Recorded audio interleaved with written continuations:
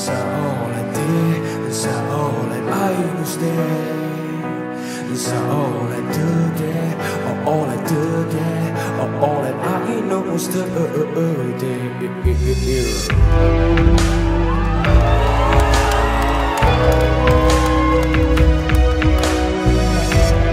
Oskaksite palun mulle öelda, mis siin toimub? Kas see on mingi noortepidu või noorteüritus või miks on siin nii palju noori? Siin toimub piiblipäevad 2000, mis aasta praegu on? 14. See toimub täna kuni pühapäev ja seal kuskil.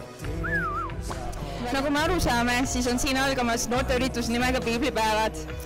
Ma täpselt ei saanud aru, mis see endast kujutab, aga küll me selle nädalavahetuse jooksul teada saame.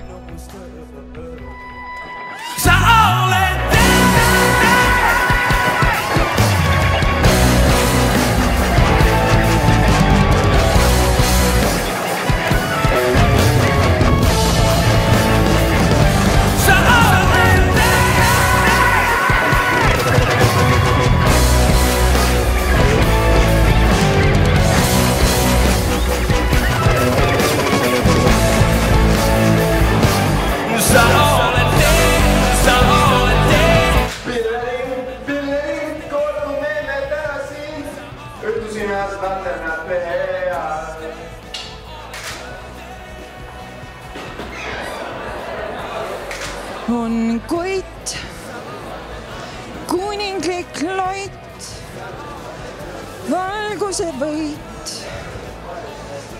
äratab maa.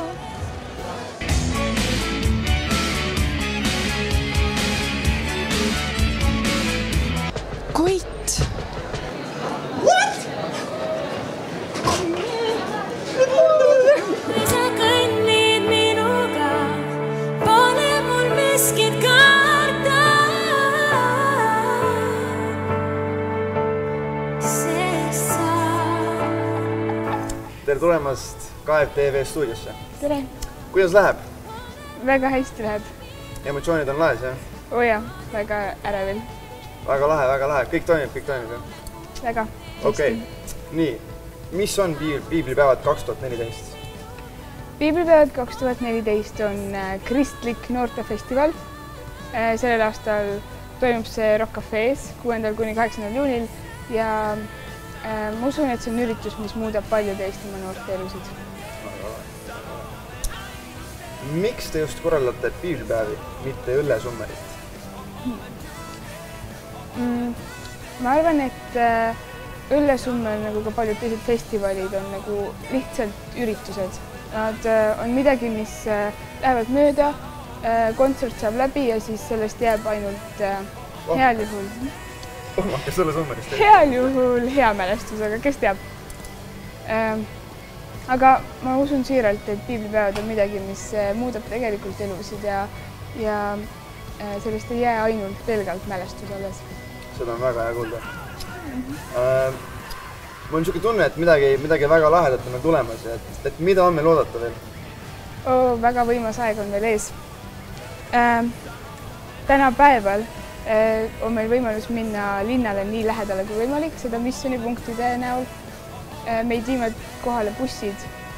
Täna õhtul kell 21.30 on ETV kohal ja lindistab meie teenistust, ehk siis me jõuame põhimõtteliselt igasse Eestimaa kodusse. Väga võimas, väga võimas. Mul on üks küsimus, mis mul nagu hinges on nagu juba väga pikk aeg olnud, et kuidas lihvida ära okkad oma sisemised minad? Ma soovitaks sul minna õhtul eespalvele. Ja eespalve on siis? See on eriline aeg, kus keegi inimene, kes on juba valmistunud selleks hetkeks eespalvetiimis, ta võtab selle aja eraldi sinu jaoks ja on nõus sinuga palvetama, sinu muresid kuulama ja on lihtsalt olemas sinu jaoks. Tundub, et see võib olla päris eriline kogemus. Aga aitäh sulle, Amanda, ja loodan, et see korraldamise asi ja kõik läheb sujuvalt. Aitäh teile!